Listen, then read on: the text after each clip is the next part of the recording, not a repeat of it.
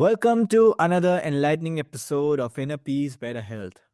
I'm your host, Arick, and today we have a truly inspiring guest with us. She's a published author, radio presenter, and well being mentor. Please welcome the wonderful Kelly Saward. Kelly is passionate about connecting with the true voice inside each of us and helping people uncover their true, authentic selves. Through her work in journaling, meditation, and mindfulness, she guides others to find freedom within and shine a light on their creativity and confidence. So, Kelly, we are absolutely honored to have you here. So, welcome to our shows on behalf of my team and the listeners. You are welcome and you're welcome.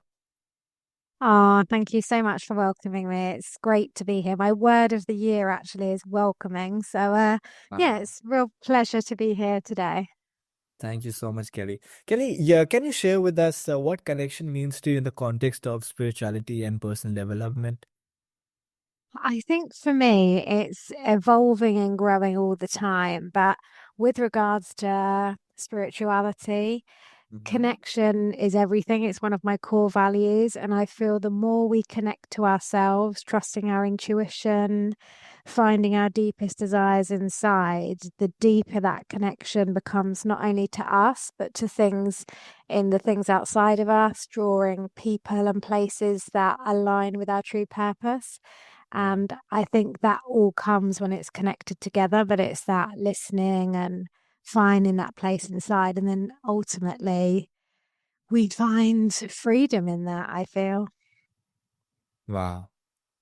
That's wonderful, Kelly. How has your understanding of connection evolved over time?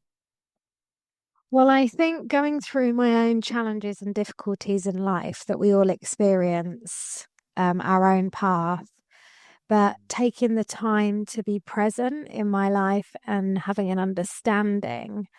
Yeah. I think I used to try and connect to things that I felt I should do. So I would spend time with people, having conversations, pretending to know about things that I thought were cool or the right thing to do. And I would Yeah. kind of lose myself. But now I understand that true connection is being in places where you can be vulnerable and you can speak your truth and express who you are. And naturally, people gravitate towards you when you're open, and then you draw like minded people and experiences to you. And just the whole energy vibration around that, I think, elevates when you're truly connected. So for me, yeah, I'm just hugely passionate about connection as a value because I think it enables us to feel more whole. Yeah. Wow. That's so insightful, Kelly. It's amazing how our understanding can influence and how understanding can influence our development over time and connection can deepen as we grow. And yeah, it's really amazing. However, I want to ask you the practical ways our listeners can develop a stronger connection with their inner selves. Sure. So for me, writing has always been a huge key part in my life privately, Mhm. where I am able to develop that connection with myself by taking time in sort of a meditative state to write. I'm Yeah. using that blank page as almost a place to listen to myself, just listening to what I have to say, and then deeper connecting to what's purposeful to me, what's meaningful for me, what hurts me, all these things, and welcoming what I feel, what I'm thinking, understanding myself and connecting. And by writing, I mean, we write to Yeah. understand. I've always had that understanding to a point, but the more I evolve and I sit in meditation, which is another way I really like to connect to myself, through meditation and mindfulness, which I teach. But I think people sometimes put a lot of pressure around meditation and mindfulness. And my understanding now, it's just connecting to a place of being present. It's aware. It's, being with what's happening and noticing that. And then you're more connected to your experience.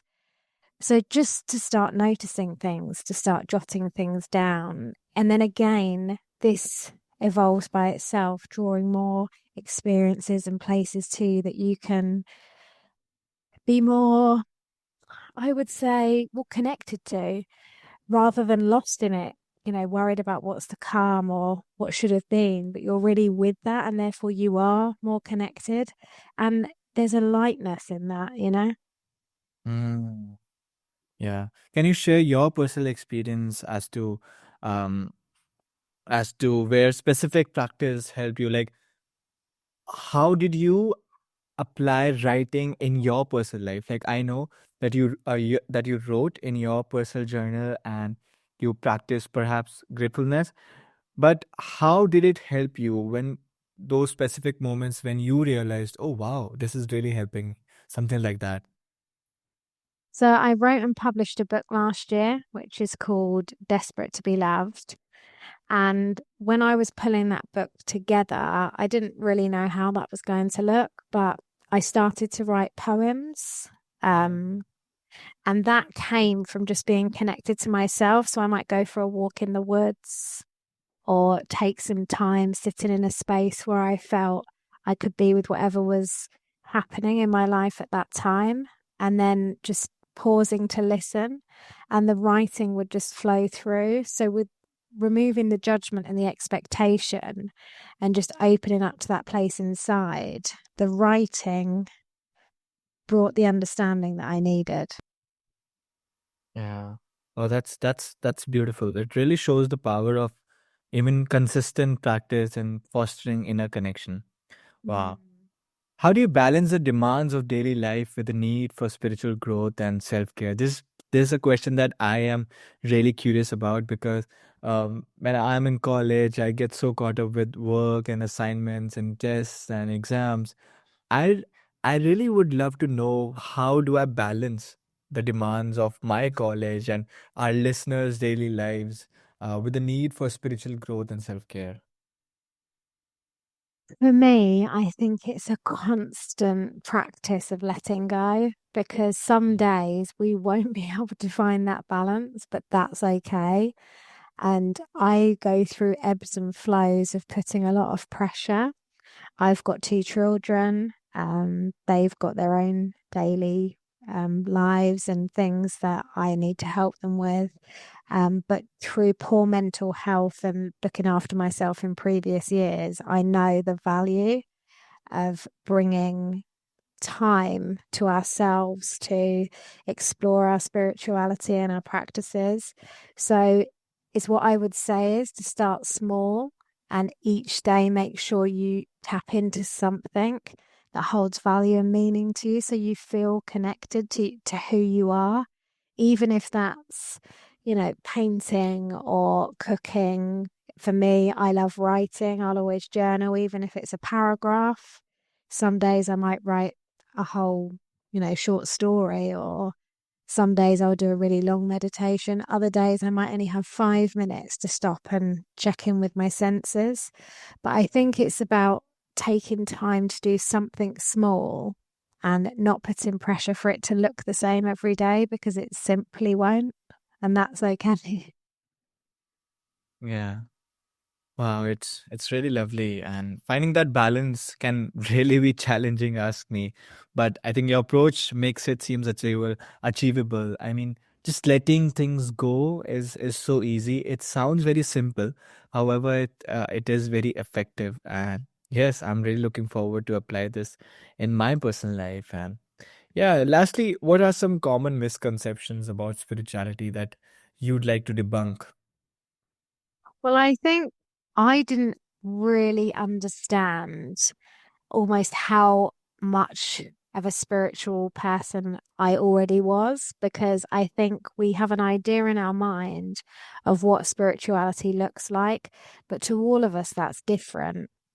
But for me, involving in it, like the spiritual practice that I have and the way that it's grown and developed, and I'm really in tune with signs and things that work for me and color and the different chakras in the body. And I'm really starting to bring my personal spiritual practice together. But it's fundamental that we find our own way because it looks different to all of us. So it's just trusting. There's no rule book or one way fits all. And I think is what I'm starting to see is the deeper connected I become Mm. comes from the freedom to allow me to be who I am. And then the more I do that, the more spaces open up for me to do that even more. And then the spiritual practice evolves in itself, and the guidance comes and the trust comes from listening to our intuition. That's what I think for me has happened. Wow, that's really lovely. That's really lovely.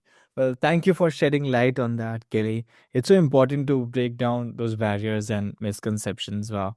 And to realize you who you actually are is something that we all should do. And self-realization, self-actualization, that's what the master theory of needs says. Well, thank you so much, Kelly, for sharing your wisdom and insights with us today.